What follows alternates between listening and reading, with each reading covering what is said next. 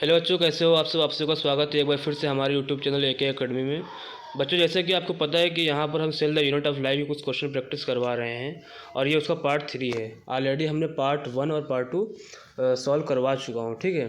तो बच्चों, ये जो क्वेश्चन है ये काफ़ी ज़्यादा हेल्पफुल रहने वाले हैं आपके जो एग्ज़ाम आने वाले हैं, जैसे कि यूपी सीनेट हो गया, सीपेट हो गया, और जितने भी एग्ज़ाम हैं उसमें आपको बहुत ज़्यादा हेल्पफुल करने वाले हैं। तो बच्चों, ये आज जो हमारा पार्ट 3 है ये लास्ट रहेगा। इसमें हम बहुत सारे क्वेश्चन करने वाले हैं। उसके बाद जो हम लेके आएंगे वो बायोलॉजी का ही रहेगा और दूसरा चैप्टर रहेगा, ठीक है। तो बच्चों, चलिए स्टार्ट करते हैं। तो बच्चों, यहाँ पर देखते हो क्वेश्चन नंबर जो है हमारा 31 है, क्योंकि हम ऑलरेडी दो पार्ट मिला के 30 क्वेश्चन कर चुके थे। तो बच्चों, यहाँ पर लिखा हुआ है कि which of this is not a basic shape of bacteria. तो बच्चों, यहाँ पर आप देख सकते हो कि जो सेल यूनिट ऑफ लाइफ के चैप्टर में हमारा कुछ शेप्स ऑफ बैक्टीरिया दिया गया है। तो उसमें 4 शेप की बैक्टीरिया होती हैं। एक होता है विब्रियो, एक होता है स्पेरेलम, एक होता है कोकस, ठीक है, कोकस, और एक होता है बच्चों रोड शेप, ठीक है, बैसिलस। तो यहाँ पर जो ऑप्शन जाएगा नॉट अ बेसिक शेप पूछा गया है, तो ये ट्रायंगुलर जाएगा, क्योंकि बच्चों यहाँ पर सी की जगह क्या होना चाहिए, रोड शेप बैसिलस होना चाहिए, ठीक है, बैसिलस। उसके बाद बच्चों यहाँ पर तो ये जो 31 का जो ऑप्शन जाएगा वो आपका बच्चों सी जाएगा, क्योंकि ट्रायंगुलर नहीं होता है। यहाँ पर रोड शेप बैसिलस होगा। उसके बाद क्वेश्चन नंबर जो 32 है बच्चों, यहाँ पर आप देख सकते हो कि which of this bacteria lack a cell wall. कौन सी ऐसी बैक्टीरिया बच्चों जिसके अंदर सेल वॉल नहीं होती। लैक का मतलब अब्सेंट, किसमें सेल वॉल अब्सेंट होती है, नहीं होती है। तो यहाँ पर पहला पढ़ेंगे कि इकोलाई है, दूसरा है सीडोमोनास, और तीसरा ऑप्शन दिया माइकोप्लाज्मा और माइकोबैक्टीरियम। तो बच्चों, यहाँ पर आपको जैसे कि पता है कि जो हमारा माइकोप्लाज्मा होता है, जो ऑप्शन सी देख रहे हो, माइकोप्लाज्मा के अंदर सेल वॉल नहीं होती है। ये एक ऐसी बैक्टीरिया है जिसके अंदर सेल वॉल नहीं पाई जाती है। उसके बच्चों, क्वेश्चन नंबर 33 हमारा देखिए, यहाँ पर ये क्या कह रहा है कि what is the size of a typical eukaryotic cell. बच्चों, ये डाटा है, ये आपको याद होना चाहिए। ये भी एनसीईआरटी के अंदर पैराग्राफ में, सॉरी, एक डायग्राम बना हुआ है कॉर्नर पे, वहाँ पे लिखा हुआ है कि जो टिपिकल यूकैरियोटिक सेल होती है बच्चों, जो उसका डायमीटर या फिर साइज आप कह सकते हो, सॉरी बच्चों, साइज जो होता है वो होता है आपका 10 से 20 माइक्रोमीटर। यहाँ जो पहला ऑप्शन है इसका ये जाएगा, ठीक है। ये एक डाटा है, ये आपको रटा होना चाहिए, क्योंकि ये आपका नीट में भी एक बार आ चुका है, ठीक है। तो ये आपके भी एग्ज़ाम में आ सकता है। उसके बाद बच्चों, क्वेश्चन नंबर 34 देखेंगे। यहाँ पे लिखा हुआ है कि from which structure is a mesosome derived from. मतलब ऐसा कौन सा स्ट्रक्चर है कि जहाँ से मेसोजोम जो है वो अराइव होता है या ड्राइव होता है। तो बच्चों, पहले ये बताइए कि मेसोजोम किसमें पाया जाता है, प्रोकैरियोट्स के अंदर या फिर यूकैरियोट्स के अंदर। तो बच्चों, जो मेसोजोम होता है हमारा वो प्रोकैरियोट्स के अंदर पाया जाता है, ठीक है, बैक्टीरिया वगैरह के अंदर। तो अब हम चलते हैं ऑप्शंस पढ़ते हैं। ऑप्शन के अंदर बच्चों पहला जो ऑप्शन दिया गया है वो दिया गया है प्लाज्मिड, दूसरा है सेल वॉल या राइबोसोम या फिर सेल मेम्ब्रेन। तो बच्चों, जो हमारा मेसोजोम होता है वो सेल मेम्ब्रेन से अराइज होता है, ठीक है, अंदर की साइड में होता है। मान लो ये सेल वॉल है और ये होती है हमारी ऐसे ऐसे, ये मेसोजोम होती है, ठीक है। तो ये सेल मेम्ब्रेन होती है बच्चों, और ये होती है सेल वॉल, ठीक है, और यहाँ से मेसोजोम राइज होता है बैक्टीरिया के अंदर। तो जो इसका ऑप्शन जाने वाला है बच्चों वो डी आएगा, सेल मेम्ब्रेन। ठीक है, मेसोजोम किसका पार्ट है, बैक्टीरिया या फिर क्या। तो बच्चों, यहाँ पर 35 नंबर का क्वेश्चन आप यहाँ पर देख सकते हो कि यहाँ पर पूछा गया है कि how many layers are present in the bacterial cell envelope. जो हमारा बैक्टीरियल सेल का जो एनवेलप होता है बच्चों वो 3 चीज़ों से मिलकर बना होता है। पहले तो ये आपको पता होना चाहिए कि एनवेलप क्या है, बैक्टीरियल सेल के अंदर कितने लेयर का होता है, तो वो 3 सेल का होता है, ठीक है, 3 लेयर का होता है। तो कौन कौन सी होती हैं बच्चों, देखो, एक होता है ग्लाइकोकैलिक्स, ग्लाइकोकैलिक्स, ठीक है। उसके बाद बच्चों हमारा होता है सेल वॉल, हम इनर साइड में जा रहे हैं ना, आउटर टू इनर। फिर होता है सेल वॉल, सेल वॉल के अंदर बच्चों फिर होता है सेल मेम्ब्रेन, ठीक है। तो ऐसे एक लेयर होती है ग्लाइकोकैलिक्स की, फिर होती है हमारी सेल वॉल, फिर होता है प्लाज्मा मेम्ब्रेन या फिर सेल मेम्ब्रेन। तो ये 3 लेयर मिलके इसको हम सेल एनवेलप कहते हैं बैक्टीरिया सेल के अंदर। तो आउटर में बच्चों जो होती है हमारी वो ग्लाइकोकैलिक्स होती है, और जो फिर मिडल में जो होती है वो सेल वॉल होती है, और फिर प्लाज्मा मेम्ब्रेन इनर साइड में होती है। तो ये जो हमारा बैक्टीरिया होता है बच्चों, बैक्टीरिया सेल के अंदर 3 लेयर का सेल एनवेलप होता है, ठीक है। तो ऑप्शन नंबर सी जाएगा। उसके बाद बच्चों बात करते हैं क्वेश्चन नंबर 36 की, जिसके अंदर पूछा गया है which of this bacteria have chromatophore. ठीक है, तो बच्चों पहले तो आप ये बताइए फंक्शन क्या है क्रोमेटोफोर का, फिर आप बताइएगा कौन सी बैक्टीरिया के अंदर क्रोमेटोफोर होता है। क्रोमेटोफोर बच्चों जो होता है ये भी एनसीईआरटी में लिखा हुआ है। तो क्रोमेटोफोर बच्चों का काम है फोटोसिंथेसिस, एक पिगमेंट होता है, इस काम क्या है फोटोसिंथेसिस। ठीक है, फोटोसिंथेसिस करना। ठीक है बच्चों, फोटोसिंथेसिस करता है और ये बच्चों पाया जाता है। अब आपको पता है फोटोसिंथेटिक बैक्टीरिया यहाँ पर कौन है, तो यहाँ पर जो ऑप्शन जाएगा वो डी जाएगा, साइनोबैक्टीरिया। साइनोबैक्टीरिया के अंदर हमारा क्रोमेटोफोर पाया जाता है। फिर यहाँ पे जो नेक्स्ट क्वेश्चन है बच्चों 37 के अंदर ये लिखा हुआ है कि which are the subunit of prokaryotic ribosome. What are the subunits of prokaryote ribosome. एक होता है बच्चों प्रोकैरियोट राइबोसोम, एक होता है यूकैरियोटिक राइबोसोम। ठीक है, प्रोकैरियोट्स के अंदर जो हमारा सब यूनिट होती हैं वो 70S होती है और यूकैरियोट्स के अंदर 80S होती है। तो जो हमारा पूछा गया है सब यूनिट ऑफ प्रोकैरियोट, अब जो 70S होता है उसको हम दो भाग, एक स्मॉल यूनिट होती है एक लार्ज यूनिट, ऐसे यूकैरियोट्स के अंदर भी एक लार्ज और एक स्मॉल यूनिट होती है। तो जो 70S होता है पहले बार प्रोकैरियोट के अंदर 70S होता है। तो अब आप यहाँ पर सम करेंगे तो जो इसका सम आता है 70 का, एक मिनट, जो 70 का सम आता है वो आता है 50 + 30।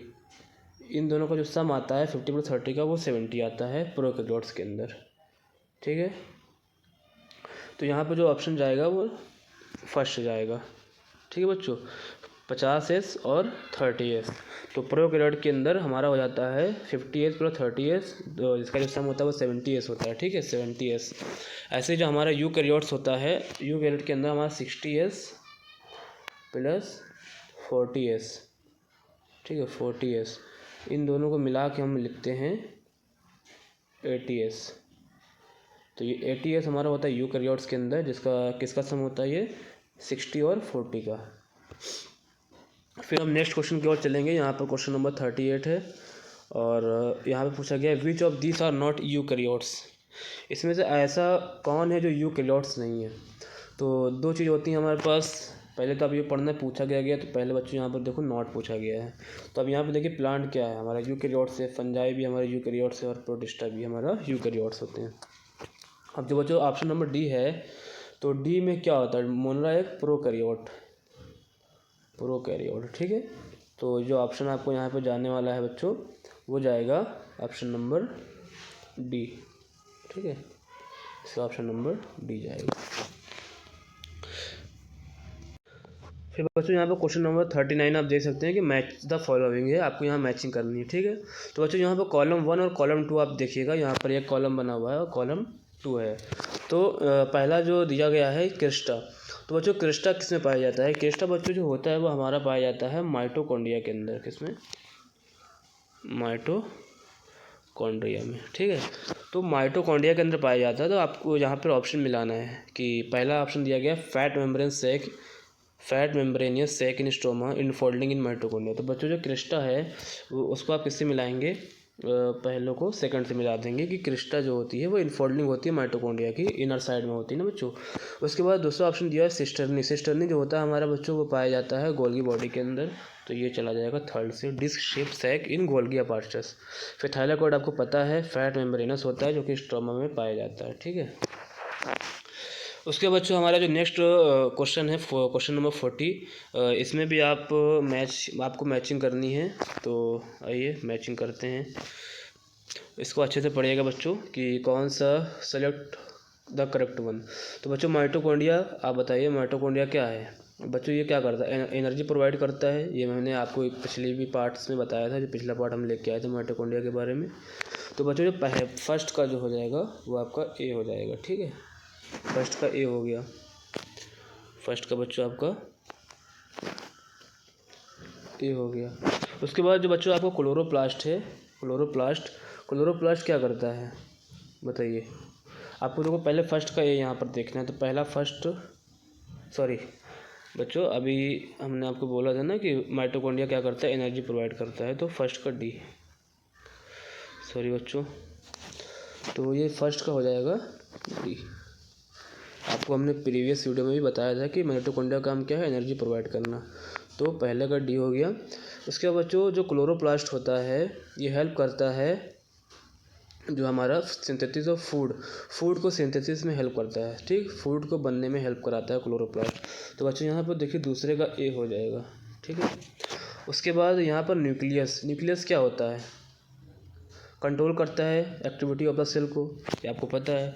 तो यहाँ पे तीसरे का हमारा हो जाएगा बी, ठीक है। और जो 4 है सेल वॉल क्या करता है, शेप प्रोवाइड करता है, तो 4 का सी हो जाएगा। अब आप यहाँ पे मिला लीजिए, जो पहला का डी है और दूसरे का ए, ठीक है, और तीसरे का बी और चौथे का सी। तो ऑप्शन नंबर यहाँ पर बच्चों आप ये वाला मैच कर सकते हैं कि ये आपका करेक्ट आंसर होगा, ठीक है। बच्चों जो माइटोकॉन्ड्रिया होता है वो एनर्जी प्रोवाइड करता है, ठीक है, हमने आपको पिछली वीडियो में बताया था। और सेल वॉल का क्या है function, give final shape of the cell, ठीक है। चलिए नेक्स्ट क्वेश्चन में चलते हैं बच्चों। जो क्वेश्चन नंबर 41 है यहाँ पर आप देख सकते हो कि पूछ रहा था membrane of the erythrocyte has approximately of protein and lipid, ठीक है। तो यहाँ पर बच्चों ऑप्शन में पड़ेगा कि ये पूछा गया है कि जो एक इराइथ्रोसाइट होती है हमारी बॉडी के अंदर ह्यूमन की, मेम्ब्रेन ऑफ द इराइथ्रोसाइट्स, तो बच्चों इसके अंदर जो प्रोटीन का अमाउंट और लिपिड का कितने % होता है। तो ये भी एक एनसीईआरटी की लाइन है, जब आप सेल मेम्ब्रेन पढ़ते हैं उसके अंदर ये लिखा हुआ है बच्चों, जो हमारा प्रोटीन होता है वो 52% होता है, ठीक है, और जो हमारा लिपिड होता है वो 40% होता है, ठीक है। ये एक मतलब डाटा है जो आपको याद होना चाहिए। तो बच्चों ये जो ऑप्शन जाएगा, ऑप्शन नंबर यहाँ पर बी जाने वाला है, ठीक है। इसका जो ऑप्शन जाएगा वो बी जाएगा, ठीक है, बी ऑप्शन जाएगा बच्चों, ठीक है, बी। क्योंकि इसमें आप एक बार फिर से पढ़ सकते हैं, अप्रॉक्सीमेटली पहले यहाँ प्रोटीन पूछा गया है तो प्रोटीन 52% होती है और लिपिड जो होता है बच्चों वो 40% होती है, ठीक है। चलिए नेक्स्ट क्वेश्चन की ओर चलते हैं अब। फिर बच्चों हमारा जो नेक्स्ट क्वेश्चन है यहाँ पर फिर से अगेन यहाँ पर मैचिंग आई है, क्योंकि बच्चों जो हमने 2 पार्ट्स कराए थे पिछले, उसमें हमने मैचिंग नहीं कराई थी। तो हम सोचे 1-2 क्वेश्चन इसमें 4-5 क्वेश्चन मैचिंग के भी रख लेते हैं, जिससे हर टाइप क्वेश्चन आप कर ले जाएंगे, ठीक है। तो यहाँ पर बच्चों जो आपका क्वेश्चन है वो कह रहा है match the following, column A दिया हुआ है, कॉलम 2। तो पहला बच्चों ऑप्शन दिया है सुसाइडल बैग, तो जो आपका ए है वो क्या होगा, सुसाइडल बैग किसको कहते हैं, लाइसोसोम को कहते हैं बच्चों। ये ऑलरेडी हम आपको पहले वीडियो में बता चुके हैं, ठीक है। तो 1 और 2 हो जाएगा। तो बच्चों कैसे आपको मिलाना, देखो 1 और 2 है तो आपको बी वाला ऑप्शन काट देना है सबसे पहले, इस तरह से आपको वहाँ पर सॉल्व करने क्वेश्चन। फिर दूसरा ऑलरेडी आपको बता चुके हैं, ये भी पिछले क्वेश्चन करा चुका हूँ कि powerhouse of the cell किसको कहते हैं बच्चों, माइटोकॉन्ड्रिया को। तो जो बी का है वो फर्स्ट हो जाएगा, ठीक है। अब देखो 1 और 2 और बी का फर्स्ट, तो बच्चों ये भी गलत रॉन्ग हो जाएगा और ये भी 1 और 2 बी का फर्स्ट, आंसर नंबर सी जाएगा, ठीक है। क्या जाएगा इसका आंसर नंबर सी, क्योंकि आप सी का 5 ही मिला सकते हो। सेल जो ब्रेन होती है हमारी सेल ब्रेन, उसको हम न्यूक्लियस कहते हैं, ठीक है, न्यूक्लियस को ही हम सेल ब्रेन कहते हैं। तो सी का 5 जाएगा। और डी का 3 आप देख सकते हो, तो प्लाज्मोसोम किसको कहते हैं, डी का 3 यहाँ पर न्यूक्लियोलस को कहते हैं, ठीक है बच्चों। तो ऐसे आप एलिमिनेट करके भी क्वेश्चन को सॉल्व कर सकते हैं, ठीक है। तो इसका आंसर जो बच्चों जाएगा वो आपका सी जाएगा, ठीक है। उसके बाद यहाँ पर जो हमारा नेक्स्ट क्वेश्चन है, क्वेश्चन नंबर 43, ये भी मैचिंग का क्वेश्चन है। यहाँ पर भी आपको कॉलम 1 और कॉलम 2 को मिलाना है। तो बच्चों यहाँ पर आपको दिख रहा होगा, एक बार मैं इसको और जूम करता हूँ, ठीक है। अब यहाँ पर आप देखिएगा, यहाँ पर जो पहला ऑप्शन दिया गया है लेवेनहुक, तो यहाँ पर देखते हैं लेवेनहुक ने क्या किया था, डिस्क्राइब किया था फर्स्ट लिविंग सेल को। तो आपको पता होगा, तो इसमें बच्चों ये 1 मिनट, हाँ, तो यहाँ पर जो first saw and describe a living cell, तो पहले का तो पहले से ही आप मिला दीजिएगा, ठीक है। तो यहाँ पर अब आप देखेंगे पहले का फर्स्ट, तो आपको सी वाला कट कर देना है कि यहाँ पर थर्ड दिया हुआ है। फिर जो रॉबर्ट ब्राउन थे उन्होंने डिस्कवर किया था न्यूक्लियस को, ये भी हमने पिछले पार्ट्स में कराया है, पिछली वीडियो के अंदर। तो बी का थर्ड हो जाएगा, ठीक है बच्चों, बी का थर्ड। अब देखिए ए का फर्स्ट, बी का थर्ड, तो ऑप्शन नंबर 4 भी कट कर देना है यहाँ पे। उसके बाद बच्चों यहाँ पर दिया शेल्डन एंड स्वान ने, तो शेल्डन ने क्या किया था, स्वान ने क्या किया था, ठीक है। जो शेल्डन थे बच्चों उन्होंने जो है किसकी डिस्कवरी बताई थी और स्वान ने किसकी बताई थी। तो जो शेल्डन थे उन्होंने प्लांट के बारे में बताया था, ठीक है। शेल्डन ने ही वॉज अ बॉटनिस्ट, ये एक बॉटनिस्ट थे, ठीक है। और जो श्वान थे वो तो थे जूलॉजिस्ट। बच्चों यहाँ पर ऑप्शन जो दिया गया है वो दोनों सेल्डन दे दिया गया है, तो यहाँ पर आप इसको करेक्ट कर लीजिएगा, ठीक है। एक मिनट बच्चों, ऑप्शन यहाँ पे थोड़ा सा रॉन्ग है। तो बच्चों यहाँ पर जो ऑप्शन नंबर डी है इसको आप स्वान कर लीजिए, ठीक है। इसको आप स्वान कर लीजिएगा ऑप्शन नंबर डी को, ठीक है। इसको स्वान कर लीजिए ऑप्शन नंबर डी को। और यहाँ पर आप जो है सी का 4 हो जाएगा, क्योंकि सेल्डन ने बताया था all plant are composed of different kind of cell. उसके बाद बच्चों जो डी ऑप्शन हो जाएगा तो आपका सी का हो जाएगा 4, अगर आप सी को सेल्डन मानते हो और डी को अगर आप मान लेते हैं स्वान। तो स्वान ने बताया था कि ये वॉज अ जूलॉजिस्ट थे, पर इन्होंने ये भी कहा था कि presence of cell wall is unique to plant cell. इन्होंने एक बात स्वान ने मतलब एक चीज़ और बताई थी कि जो यूनिक फीचर क्या है प्लांट का, वो सेल वॉल प्रेजेंट होना एक प्लांट एक सेल का एक यूनिक फीचर होता है, तो ये स्वान ने बताया था। तो डी का सेकंड हो जाएगा, तो ऑप्शन नंबर 1 हो जाएगा, ठीक है। थोड़ा एरर था क्वेश्चन में, तो इसको आप सही कर लीजिएगा। उसके बाद चलते हैं नेक्स्ट क्वेश्चन की ओर। यहाँ पूछा गया कि how many of the following kingdoms are eukaryotic. इसमें से कौन से ऐसी किंगडम हैं जो यूकैरियोटिक्स हैं। तो नंबर ऑफ किंगडम्स बतानी कितनी यूकैरियोटिक्स हैं। तो पहला बच्चों मोनरा क्या होता है, प्रोकैरियोट्स होता है, आपको पता होगा ये यूकैरियोटिक हैं। और फंजाई भी हमारा यूकैरियोट है, और प्लांटी भी यूकैरियोट है, और एनिमलिया भी यूकैरियोट है। तो नंबर ऑफ यूकैरियोटिक किंगडम्स यहाँ पे कितने हैं, 1 2 3 4। तो ऑप्शन नंबर सेकंड जाएगा, ठीक है। ऐसा नहीं आप 4 पे मार देना, पहले देखना है किसमें 4 है, क्योंकि ऐसे क्वेश्चन में बच्चे गलत करके आते हैं, फट से ऑप्शन नंबर 4 मार देते हैं। तो यहाँ पर ध्यान रखना आंसर नंबर इसका जो इसका आंसर होगा बच्चों वो आंसर बी होगा, ठीक है, क्वेश्चन नंबर 44 का। उसके बाद चलते हैं नेक्स्ट क्वेश्चन की ओर। तो बच्चों जो हमारा यहाँ पर नेक्स्ट क्वेश्चन आया है वो है व्हाट इज़ एक मिनट बच्चों, यहाँ पे है what is the main function of ribosome in a cell. Question number 45 आप यहाँ पर देखिए, मेन फंक्शन क्या है राइबोसोम का, ये भी हम आपको पिछले क्वेश्चन में बता चुके हैं, ठीक है, कि राइबोसोम का क्या है फंक्शन, मेन फंक्शन क्या है। तो पहला ऑप्शन पड़ेगा प्रोटीन सिंथेसिस, ठीक है। दूसरा ऑप्शन है डीएनए रेप्लिकेशन, फिर तीसरा एनर्जी प्रोडक्शन और लिपिड सिंथेसिस। तो बच्चों यहाँ पर जो पहला ऑप्शन आपको दिख रहा है प्रोटीन सिंथेसिस, राइबोसोम क्या है, प्रोटीन की फैक्ट्री, हमें प्रोटीन सिंथेसिस करके देती है राइबोसोम। तो यहाँ पर आंसर नंबर 1 जाएगा, ऑप्शन नंबर 1। उसके बाद बच्चों यहाँ पर जो नेक्स्ट क्वेश्चन हमारा क्वेश्चन नंबर 46, यहाँ पर इसको आप पढ़िए अच्छे से। यहाँ लिखा identify the organelle present in cell that is not there in an animal cell. मतलब ऐसी ऑर्गेनल यहाँ पर आप आइडेंटिफाई करिए जो प्लांट सेल के अंदर प्रेजेंट हो और वो एनिमल सेल में ना हो, ठीक है।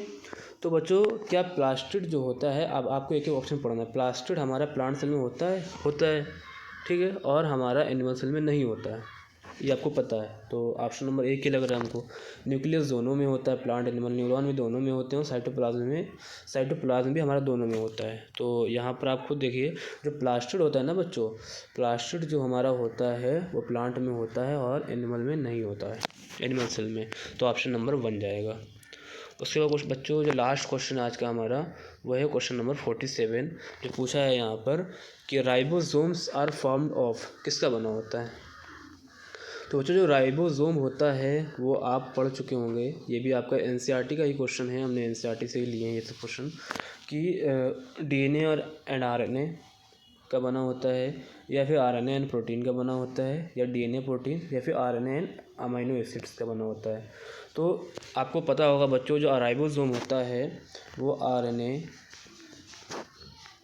एंड प्रोटीन का बना होता है, ठीक है। आरएनए प्लस प्रोटीन मिल के ही राइबोसोम बनता है। तो इसका जो ऑप्शन जाएगा वो ऑप्शन नंबर 2 होगा, ठीक है। तो ribosome are formed of RNA and protein, option number 2। तो बच्चों ये था हमारा कुछ अच्छे क्वेश्चन थे। Cell the unit of life के। तो हमने मतलब लगभग 47 क्वेश्चन कर लिए इस चैप्टर के, अच्छे अच्छे क्वेश्चन किए जिसके अंदर मैचिंग भी थे और टर्मोलॉजी वाले भी क्वेश्चन थे। काफ़ी अच्छे अच्छे क्वेश्चन किए जो आपके एग्ज़ाम में बहुत ज़्यादा हेल्पफुल करने वाले हैं। तो बच्चों आपके एग्ज़ाम जैसे यूपी सीनेट जो है आपका बीएससी नर्सिंग का बहुत करीब आता जा रहा है। तो बच्चों आप लोग क्वेश्चन की प्रैक्टिस करते रहिए, ठीक है। अब इसके बाद हम दूसरा चैप्टर लेके आएंगे बायोलॉजी का, फिर हम फिजिक्स और केमिस्ट्री के भी बहुत सारे क्वेश्चन यहाँ पर सॉल्व करवाएंगे, ठीक है। और बच्चों इस जो PDF है इस वीडियोस की, ये जो क्वेश्चन की PDF है आपको हमारे टेलीग्राम जो हमारा AK एकेडमी के नाम से बना हुआ है, ठीक है, AK एकेडमी, तो वहाँ से आप इसको जो है डाउनलोड कर सकते हैं। AK एकेडमी के नाम से हमारा टेलीग्राम है, लिंक जो है उसकी आप वीडियो के नीचे भी डिस्क्रिप्शन में मिल जाएगा, वहाँ से डाउनलोड कर सकते हैं जाके ज्वाइन करके। और बच्चों अपना जो है यहाँ पर कमेंट ज़रूर दीजिएगा कैसी है वीडियो, आपके लिए हेल्पफुल है या नहीं हेल्पफुल, ठीक है। रिव्यू ज़रूर दीजिएगा। ओके बच्चों, बाय।